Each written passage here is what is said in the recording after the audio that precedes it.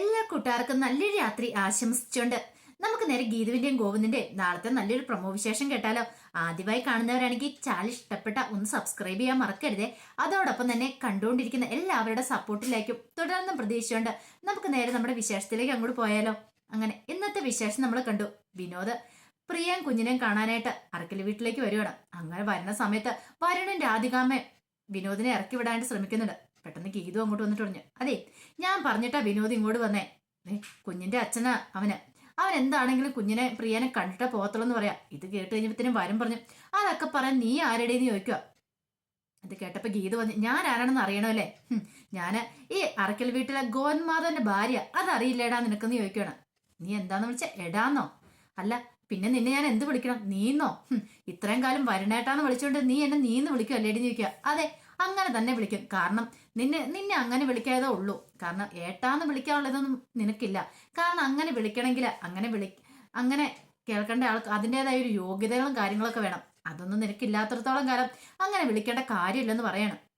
ഇത് കേട്ടവർ രാധികാൻ പറഞ്ഞു, അവളുടെ നാക്ക് കണ്ടില്ലേ, അവളങ്ങോട്ട് കിടന്ന് നെകളിക്കുവാണല്ലോ എന്ന് പറയാണ്. ഇത് കേട്ടപ്പം വരുമ്പോൾ അല്ലേലും ശരിയാ, ഇതെല്ലാം ഏട്ടനും കൂടെ അറിഞ്ഞിട്ടാണോ എന്ന് ചോദിച്ചിട്ട് തന്നെ കാര്യം. ഇത് കേട്ടതും ഗീത് പറഞ്ഞു, പെട്ടെന്ന് തന്നെ ചോദിച്ചു നോക്ക്. ഇതേ കണ്ണേട്ടനും കൂടെ അറിഞ്ഞിട്ടാ. കണ്ണേട്ടനാ വിനോദിനെ വിളിച്ചോളാൻ പറഞ്ഞ് കണ്ണേട്ടന് അനുമതിയോട് കൂടിയിട്ടാ ഞാൻ വിളിച്ചതെന്ന് പറയാം. ഇത് കേട്ടതും വരുൺ അങ്ങോട്ട് സഹിച്ചില്ല. ഭാര്യ പറഞ്ഞു, ഞാൻ കാണിച്ചു തരുന്നുണ്ട് നിന്നേന്ന് പറയണേ. എന്ത് കാണിച്ചു തരാനാ? ആദ്യം കാണിക്കാൻ പോയിട്ടുണ്ടല്ലോ മറ്റേ ഡ്യൂപ്ലിക്കേറ്റിന്റെ കഥയില്ലേ, അത് ഞാൻ അങ്ങോട്ട് പറയൂന്ന് പറയാണ്. പെട്ടെന്ന് രാധികാമ്മയെ വരണം ഒരു നിമിഷം അങ്ങ് നിശബ്ദനായി. എന്ത് ചെയ്യണമെന്ന് അറിയത്തില്ല. പെട്ടെന്ന് രാധിക പറഞ്ഞു, എന്താ പറഞ്ഞേ? മനസ്സിലായില്ലേ ഡ്യൂപ്ലിക്കേറ്റിന്റെ കഥ? ആ മറ്റേ കഥയുണ്ടല്ലോ, അതങ്ങ് ഞാൻ പബ്ലിസിറ്റി ആക്കട്ടെ എന്ന് ചോദിക്കണം. പെട്ടെന്ന് വരണം രാധികമ്മയുടെ ചെവി പറഞ്ഞു, അമ്മയെ മറ്റേ കാര്യവാ, രേഖയുടെ ആ ആധാരത്തിന്റെ കാര്യമേ, നമ്മൾ ഡ്യൂപ്ലിക്കേറ്റ് ഉണ്ടാക്കിയില്ല, ആ കാര്യം വന്ന് ചെവി പതുക്കെ പറയണം. പെട്ടെന്ന് രാധികാൻ പറഞ്ഞു, അതെ ഇപ്പം കണ്ണം പറഞ്ഞുകൊണ്ട് പോയി വിനോദ് കണ്ടു, പക്ഷെ കാര്യമുണ്ട് അതേ സമയം നിൽക്കില്ല, പെട്ടെന്ന് കണ്ടിട്ട് അങ്ങോട്ട് ഇറങ്ങണമെന്ന് പറയണ. ഇത് കേട്ടും അയ്യപ്പനടുത്ത് എന്ത് പറ്റി പെട്ടെന്ന് ഇങ്ങനെ ഒരു മനമാറ്റം ഉണ്ടാകാനായിട്ട്? ഇത്ര സമയമാണെങ്കിൽ ഭയങ്കരമായിട്ട് മാളെടുത്തുകൊണ്ട് നിന്ന ആളാ, പെട്ടെന്ന് രാധികാമ്മയ്ക്ക് മാറ്റം ഉണ്ടാണ്, എന്തോ ഒരു കാര്യമുണ്ട്. പിന്നീട് ഗീത വിനോദിനോട് പറഞ്ഞു, വിനോദ് മുറിയിലേക്ക് ചെന്ന് പ്രിയനെയും കുഞ്ഞിനെയും കാണാൻ പറയണം. ഈ സമയം ഗീതു അകത്തേക്ക് അങ്ങോട്ട് പോകണം. അപ്പൊ അയ്യപ്പനോർത്തു, ഇതെന്ത് സംഭവിച്ചോ ഒന്നും മനസ്സിലായല്ലോ. അല്ല വരണേ, ഒരു കാര്യം ചോദിച്ചോട്ടെ, ഗീതുമോൾ എന്തോ ഡ്യൂപ്ലിക്കേറ്റിന്റെ കാര്യം പറഞ്ഞെന്ന് ചോദിക്കുകയാണ്. രാധികമ്മ വരണം പരസ്പരം നോക്കുക. അയ്യപ്പേട്ടൻ അറിഞ്ഞ പ്രശ്നം അപ്പൊ തന്നെ അത് ഇനിയിപ്പോ ഗോവിന്ദന്റെ ചെവിയിലെത്തും. പെട്ടെന്ന് വരണം പറഞ്ഞു, അല്ല അത് പിന്നെ അയ്യപ്പേട്ട മറ്റേ കുഞ്ഞു മാറിപ്പോവുക ചെയ്തല്ലോ, പ്രിയയുടെ ഇന്ദുവിന്റെ കുഞ്ഞ്. അപ്പൊ ഡ്യൂപ്ലിക്കേറ്റ് കുഞ്ഞ് ആയിരുന്നല്ലോ അത്. അപ്പൊ ആ കാര്യമാന്ന് പറയണം. ഓ അപ്പൊ അങ്ങനെ ആ കഥയായിരുന്നല്ലേ. പക്ഷെ ആ കഥ ഇവിടെ എല്ലാവർക്കും അറിയാവുന്നതാണല്ലോ, പിന്നെ എന്താന്ന് ചോദിക്കും. അയ്യപ്പണ്ണ ഒരു എത്തും പിടിയും കിട്ടിയില്ല. ദേ അയ്യപ്പണ്ണൻ കൂടുതൽ അതിനെ ഓർത്ത് തലമുണ്ടാക്കണ്ട. ദേ അവനവന് പറ്റുന്ന കാര്യങ്ങളൊക്കെ ചിന്തിച്ചാൽ പോരെന്നും പറഞ്ഞുകൊണ്ട് വരുണ് ദേഷ്യപ്പെട്ട് അങ്ങോട്ട് അകത്തേക്ക് അങ്ങോട്ട് കയറി പോവാണ്. ഈ സമയം രാധികാമ്മ പറയുന്നു, എടാ മോനെ, അവൾ നമ്മളെ മനഃപൂർവ്വം കൊണ്ട് ബ്ലാക്ക് മെയിൽ ചെയ്യുന്ന, ഇതിങ്ങനെ വിട്ടിട്ട് കാര്യമില്ല. ഇങ്ങനെ പോയിട്ടുണ്ടെങ്കിൽ അവൾ മിക്കവാറും ഇത് കാര്യങ്ങൾ കണ്ണനോട് പറയുമെന്ന് തോന്നേ. അവൾ ഇതുവരെയായിട്ടും പറഞ്ഞിട്ടില്ലാന്ന് തോന്നേ.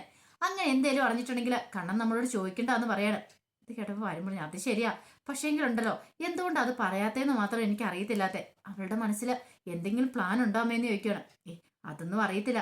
എന്താണെങ്കിലും അത് കണ്ടുപിടിക്കണം. അതിനു മുമ്പ് ആ ഡ്യൂപ്ലിക്കേറ്റ് എങ്ങനെയും കിട്ടിയാൽ മതിയായിരുന്നു, അല്ലെങ്കിൽ പണം ഉണ്ടാക്കാൻ പറ്റത്തില്ലെന്ന് പറയണം. അപ്പോഴേക്കും വിനോദ് പ്രിയയുടെ മുറിയിലേക്ക് അങ്ങോട്ട് ചെല്ലുവാണ്. പ്രിയയുടെ മുറിയിൽ ചെന്ന് കഴിഞ്ഞ് പ്രിയയ്ക്ക് എന്തെന്നില്ലാത്ത സന്തോഷം വിനോദിനെ കണ്ടു കഴിഞ്ഞപ്പത്തിനും വിനോദ് എന്ന് പ്രിയയുടെ അരിയിലിരിക്കുകയാണ്. പിന്നീട് ആ കൈ എടുത്ത് പിടിച്ചു. പ്രിയയുടെ രണ്ട് കണ്ണുകളും നിറഞ്ഞു വരികയാണ്. പിന്നീട് കുഞ്ഞിനെ എടുത്ത് കൊഞ്ചിക്കുകയാണ്. വിനോദ് പറഞ്ഞു, അതെ ഞാനിങ്ങോട്ട് മനഃപൂർവ്വം വരായിരുന്ന, ഞാൻ ഇങ്ങോട്ട് വരുന്ന ഇവിടെ ആർക്കും ഇഷ്ടമില്ല. നീ ചിന്തിക്കുന്നുണ്ടോ ഞാൻ നിന്നെ മനഃപൂർവ്വം തള്ളിയിട്ടാന്ന്? ഇതും കൂടെ കേട്ട് കഴിഞ്ഞപ്പത്തിന് പ്രിയയ്ക്ക് വല്ലാത്ത സങ്കടമായിപ്പോയി. പെട്ടെന്ന് പ്രിയ ഇങ്ങനെ പറയാൻ ശ്രമിക്കുന്നുണ്ട്, പക്ഷെ പ്രിയയ്ക്ക് അങ്ങോട്ട് പുറത്തേക്ക് ശബ്ദം അങ്ങോട്ട് പുറത്തേക്ക് വരുന്നില്ല. വിനോദ് പറഞ്ഞു, എനിക്കറിയാം നിന്റെ മാനസികാവസ്ഥ എന്താന്ന്, എനിക്ക് വന്ന് നിൽക്കണമെന്നൊക്കെ ഒത്തിരി ആഗ്രഹമുണ്ട്, പക്ഷെ എന്ത് ചെയ്യാനാ, എന്നോട് ക്ഷമിക്കുക, ഞാൻ ഇങ്ങനെയൊന്നും വരുമെന്ന് ഒരിക്കലും പ്രതീക്ഷിച്ച കാര്യമല്ലെന്ന് പറയണം. ഇങ്ങനെ കുഞ്ഞിനെ എടുത്ത് കൊഞ്ചിക്കുന്നുണ്ട്. വിനോദിന് വല്ലാത്ത സങ്കടമുണ്ട്. താൻ കാരണമാണ് ഇങ്ങനത്തെ ഒരു അവസ്ഥ ഉണ്ടായിരിക്കുന്നത്, എന്നിട്ടോ ഒന്ന് വന്ന് നോക്കാൻ പോലും പറ്റാത്തൊരവസ്ഥയിലാ. ഇവളാണെങ്കിലും ആഗ്രഹിക്കുന്നുണ്ടായിരിക്കും താൻ കൂടെ നിൽക്കണമെന്നൊക്കെ. അത് ഓർത്ത് കഴിഞ്ഞപ്പോഴത്തേനും വല്ലാത്ത ടെൻഷൻ വിനോദിനും ഉണ്ടാകുന്നുണ്ട്. ആ സമയം ഗീതു അകത്തേക്ക് പോയി. ഗീതു അകത്തേക്ക് പോയിട്ട് നേരെ ഗോവിന്ദന്റെ അരിയിലേക്കാണ് ഇരുന്നത്. അപ്പൊ ഗോവിന്ദ് ചോദിച്ചു, നിന്നോട് ഞാൻ പറഞ്ഞല്ലായിരുന്നോ വിനോദിനെ ഇപ്പം വിളിക്കില്ലെന്ന്?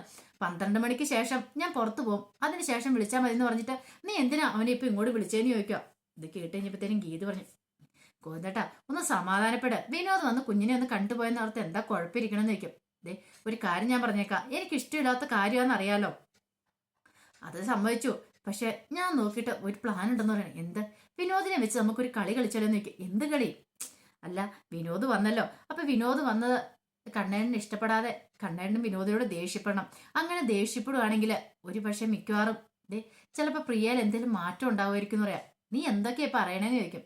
അതൊക്കെ ഞാൻ പറഞ്ഞുതരാം, എന്റെ മനസ്സിലെ ഐഡിയ എത്രമാസം സക്സസ് ആവുമെന്ന് അറിയത്തില്ല എന്ന് പറയണം. അങ്ങനെ ഗീതു തന്റെ മനസ്സിലെ ഐഡിയ പറയണം. വിനോദ് കുഞ്ഞിനെ കണ്ടുകൊണ്ടിരിക്കുന്ന സമയത്ത് അങ്ങോട്ട് കയറി ചെന്ന് അവനെ ഇറക്കി വിടാനൊക്കെ ശ്രമിക്കണമെന്ന് അതൊക്കെ പറഞ്ഞു. പക്ഷെ ഇതൊക്കെ നടക്കുന്ന കാര്യമാണോ? നോക്ക്, എങ്ങനെയാലും ഒരു പക്ഷേങ്കിൽ പ്രിയാനെ ജീവിതത്തിലേക്ക് തിരികെ കൊണ്ടുവരാൻ പറ്റിയാലോ. അത് മാത്രമല്ല, അതെ കുഞ്ഞിന്റെ കാതിൽ ഇതിട്ടും പേര് പോലും വിളിച്ചിട്ടില്ല. അതെ അവന്റെ കാതില് പേര് വിളിക്കുന്നതായിട്ട് ഞാനൊരു പ്ലാൻ അങ്ങോട്ട് തയ്യാറാക്കാൻ പോവാ. എന്റെ കൂടെ കട്ട സപ്പോർട്ടായിട്ട് നിൽക്കുമെന്ന് ചോദിക്കും. ഞാൻ നിന്നോളാം, പക്ഷെ ഇതും കൂടെ ബലം ഉണ്ടാകുമോ നോക്കാന്ന് പറയണം. അങ്ങനെ ഗീതവും ഗോവും തമ്മിൽ ആ പ്ലാനൊക്കെ തയ്യാറാക്കണം. പിന്നീട് രാധികാമ്മ വരണു ഇങ്ങനെ പുറത്തങ്ങ് സംസാരിച്ചെന്ന് ചോദിക്കുക. എന്തായി തീരും എങ്ങനെയാണെന്ന് അറിയത്തില്ല. ഇതുവരെയായിട്ട് വിനോദ് കുഞ്ഞിനെ കണ്ട് മടങ്ങി പോയിട്ടില്ല. അപ്പോഴാണ് ഗീതു എന്ത് ചെയ്യുക, ഒരു നിലവിളക്കൊക്കെ എടുത്തോണ്ട് അങ്ങോട്ട് വരുവാണ്. നിലവിളക്കൊക്കെ എടുത്തോണ്ട് വരുമ്പത്തേനും പെട്ടെന്ന് രാധികാമ്മ വെച്ചു, ഇതെന്താ ഗീതു നീ നിലവിളക്കൊക്കെ ആയിട്ട്? അല്ല, കുഞ്ഞിന് പേരിടൽ ചടങ്ങ് നടത്തണ്ടേ? ഇതുവരെയായിട്ട് കുഞ്ഞിന്റെ പേരിടൽ ചടങ്ങ് നടത്തിയിട്ടില്ലെന്ന് പറയും. അതിന് നീ ഇപ്പൊ എന്ത് ചെയ്യാൻ പോവാ? അല്ല, കുഞ്ഞിന്റെ ചെവി പേര് വിളിക്കേണ്ട കുഞ്ഞിന്റെ അച്ഛനല്ലേ, അതുകൊണ്ടാന്ന് പറയാണ്. ഇത് കേട്ട രാധിക പറഞ്ഞു, അല്ല ഇതൊക്കെ കണ്ണൻ അറിഞ്ഞ കാര്യമാണെന്ന് ചോദിക്കും. അതിപ്പോ എന്തിനാ രാധികാമ്മ അറിയണമെന്ന് ചോദിക്കും. പെട്ടെന്ന് രാധിക വരനോട് പറഞ്ഞു, എടാ മോനെ നീ ചെന്ന് അതേ ഗോവിന്ദനെ ഇങ്ങോട്ട് വിളിച്ചോണ്ട് വാ, ഇവളെന്തൊക്കെയോ സ്വന്തമായിട്ട് എന്തൊക്കെയോ പ്ലാനുകൾ അതൊക്കെ തയ്യാറാക്കിയിരിക്കുന്നതെന്ന് പറയാണ്. പിന്നീട് വരൻ ചെന്ന് ഗോവിന്ദനെ വിളിക്കണം. ഇതേ ഗോവിന്ദന്റെ അമ്മ വിളിക്കുന്നുണ്ടെന്ന് പറയണം. അങ്ങനെ ഗോവിന്ദ താഴേക്ക് ഇറങ്ങുമെന്നും പറഞ്ഞു. ഇത് കണ്ടോ, ഇവൾ ഓരോ തോന്നിയാസം കാണിക്കുന്ന കണ്ടോ, ഇവളുടെ അനിയനെ വിളിച്ചു വരുത്തിയിട്ട് കണ്ടോ പേരിടൽ ചടങ്ങ് നടത്തുന്നു, അപ്പൊ നമ്മളൊക്കെ ഇവിടെ ആരാ എന്ന് ചോദിക്കുകയാണ്. ഇത് കേട്ട് കഴിഞ്ഞപ്പോ ഗീത് പറഞ്ഞു, അല്ല കുഞ്ഞിന്റെ പേര് ചെവി വിളിക്കേണ്ട ആള് അതെ സ്വന്തം അച്ഛൻ തന്നെയാ, അല്ലാതെ വേറുള്ളവരല്ലെന്ന് പറയണം. ഇത് കേട്ടതും രാധികമ്മ ഗോവിന്ദനെ നോക്കി, ഓഹോ അപ്പൊ നമ്മളിപ്പോ വേറുള്ളവരായി അല്ലേന്ന് ചോദിക്കണം. അല്ല, നിങ്ങളെക്കാളും എന്താണല്ലോ അവകാശം കൂടുതൽ വിനോദിനാണ്, വിനോദാണ് പേര് വിളിക്കേണ്ടതെന്ന് പറയണം. ഈ സമയം ഗോവിന്ദിച്ചു, നീ ആരോട് ചോദിച്ചിട്ടാ അവനെ അകത്തേക്ക് കയറ്റിയെന്ന് ചോദിക്കണം. അല്ല അത് പിന്നെ ഞാന് പെട്ടെന്ന് ഗോവിന്ദ അങ്ങോട്ട് അകത്തേക്ക് കയറി രാധികാമ്മേനെ വരനെ കാണിക്കാനായിരുന്നു ആ പ്രകടനങ്ങൾ. അങ്ങനെ കയറി ചെന്ന് കഴിഞ്ഞപ്പോഴത്തേനും വിനോദ് കുഞ്ഞിനെ കളിപ്പിച്ചുകൊണ്ടിരിക്കുക. പെട്ടെന്ന് വിളക്കൊക്കെ വെച്ചിട്ട് ഗീതും കൂടെ അകത്തേക്ക് അങ്ങോട്ട് കയറി ചെല്ലുവാണ്. ചെന്ന് കഴിഞ്ഞപ്പം ഗീത് പതുക്കെ ഗോവിന്ദനെ തോണ്ടിട്ട് പറഞ്ഞു, അതെ ചോദിക്ക്, അവനെ പിടിച്ച് തള്ളിവിടാനൊക്കെ പറയണം. എങ്ങനെ തള്ളിവിടുന്നേ, പറയുന്ന കേൾക്കാൻ പറയണം. പിന്നീട് വിനോദിന്റെ അടുത്തേക്ക് എന്നിട്ട്, നീ ആരടാ ഇങ്ങോട്ട് കയറി വരാനിട്ട്, നിന്നെ ആരാ ഇങ്ങോട്ട് വിളിച്ചേ, കടന്നു പോടാം മുറിയിൽ നിന്ന് പറഞ്ഞുകൊണ്ട് ഒറ്റ തള്ളൽ അങ്ങോട്ട് പിടിച്ച് തള്ളുവാണ്. ഈ സമയം വിനോദ് എന്ത് ചെയ്യണം, അവിടെ ഭിത്തിയെ പോയി ഇടിച്ചു നിൽക്കുകയാണ്. ഈ കാഴ്ച കണ്ടതും പ്രിയയ്ക്ക് വല്ലാത്തൊരു ടെൻഷനായി. പ്രിയ പെട്ടെന്ന് എന്ത് ചെയ്യണം, കൈ അങ്ങോട്ട് എടുക്കുവാണ്. വേണ്ട വേണ്ടെന്ന് കാണിക്കാണ്ട് കൈ എടുത്തു. ഇത് ഗീതവും ഗോവിന്ദും കണ്ടു. അവർക്ക് ഒന്നുകൂടെ പ്രചോദനമായി. പെട്ടെന്ന് തന്നെ ഗീതു വിനോദിന്റെ ചെവി പതുക്കെ പറഞ്ഞു, ഇതൊരു ആക്ടാന്ന് പറയണം. അങ്ങനെ വീണ്ടും ഗോവിന്ദ് എന്ത് ചെയ്യണം, വിനോദിനെ പിടിച്ച് പുറത്തേക്ക് തള്ളുക. ഇറങ്ങിപ്പോടാന്നും പറഞ്ഞ് പുറത്തേക്ക് തള്ളി. ആ സമയം രാധികാമ്മയെ വരണം പുറത്തേക്കുന്നുണ്ടായിരുന്നു. അവര് വിചാരിച്ചെന്താ ഗോവിന്ദ് മനഃപൂർവ്വം ചെയ്യുന്നതാന്ന് ഓർത്തോണ്ട് പെട്ടെന്ന് വിനോദിനെ അങ്ങോട്ട് പിടിച്ച് തള്ളുവാണ്. എടാ അപ്പൊ നീ മനഃപൂർവ്വം വന്നല്ലേ, ഗോവിന്ദേട്ടൻ പറയാൻ നീ ഇങ്ങോട്ട് കയറി വന്നാ നിന്നെ ഞാൻ ശരിയാക്കൂടാന്ന് പറഞ്ഞിട്ട് അവിടെ കിടന്ന് മുട്ട വഴക്കുണ്ടാവണം. പക്ഷെ ഗീതു അത് പ്രതീക്ഷ കാര്യമായിരുന്നില്ല. കാരണം ഗീതുവിന്റെ കയ്യിൽ നിന്നും കാര്യങ്ങളൊക്കെ കൈവിട്ട് പോയിട്ടുണ്ടായിരുന്നു. ഗോവിന്ദ് അങ്ങനെ പിടിച്ച് തള്ളി കഴിയുമ്പോഴത്തേനും അവരൊരു പ്രശ്നം ഉണ്ടായി കഴിയുമ്പോഴത്തേനും പ്രിയ മാറ്റം ഉണ്ടാകുന്ന വിചാരിച്ചേ. പക്ഷേങ്കിൽ പുറത്ത് നിന്ന് രാധികാമ്മയും വരണം ഇത് ഏറ്റെടുക്കും എന്നുള്ള കാര്യം ഗീത സ്വപ്നത്തിൽ പോലും ചിന്തിച്ചില്ല. പിന്നീട് വിനോദിനെ അവിടെ ഇട്ട് അടിക്കുകയാണ്. ആ സമയം വിനോദം തിരിച്ചടിക്കുന്നുണ്ട്. അങ്ങോട്ടും ഇങ്ങോട്ടും മുട്ടം വഴക്ക് നടക്കുവാണ്. ഈ സമയത്താണ് അയ്യപ്പേട്ടൻ അങ്ങോട്ട് ഓടി കയറി വരുന്നത്. അയ്യപ്പേട്ടൻ എന്താ കുഞ്ഞെ എന്താ പ്രശ്നം ചോദിച്ചിട്ട് അവരെ പിടിച്ചു മാറ്റി വിടാണ്ട് ശ്രമിക്കുന്നുണ്ട്. പക്ഷേങ്കിൽ അവിടെ മുട്ടനടി നടക്കുവാണ്. അപ്പോഴേക്കും അങ്ങോട്ട് ഭദ്രനും കൂടെ വന്നു. ഭദ്രൻ കണ്ട് ഈ കാഴ്ച. ഭദ്രൻ എന്ത് ചെയ്യണം, ഭദ്രൻ കുഞ്ഞിനെ കാണണം എന്നൊക്കെ വിചാരിച്ചോണ്ട് അങ്ങോട്ട് വന്നതാണ്. വന്നപ്പോ കാണുന്ന കാഴ്ചയോ വിനോദിനെ അവരെ പിടിച്ചെടുത്ത് തല്ലുന്ന ആ കാഴ്ച വേണം. ഭദ്രൻ പെട്ടെന്ന് എന്ത് ചെയ്യണം, അവിടെ ഇരിക്കുന്ന ഒരു ഫ്ലവർ വേസ് എടുത്ത് വരുണിന്റെ തലക്കിട്ട് ഒറ്റ അടി അങ്ങടിക്കണം. വരുൺ അയ്യോ പൊത്തുന്നു അലറി ഒറ്റ വിളിയായിരുന്നു.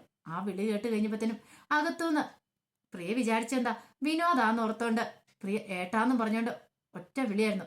ആ വിളി ശബ്ദം കേട്ട് എല്ലാരും കൂടെ അകത്തേക്ക് ഓടി ചെല്ലുമ്പോഴത്തേനും പ്രിയ നിലവിളിച്ചോട് ചാടി എഴുന്നേറ്റിരിക്കുന്ന ഒരു കാഴ്ച കണ്ട.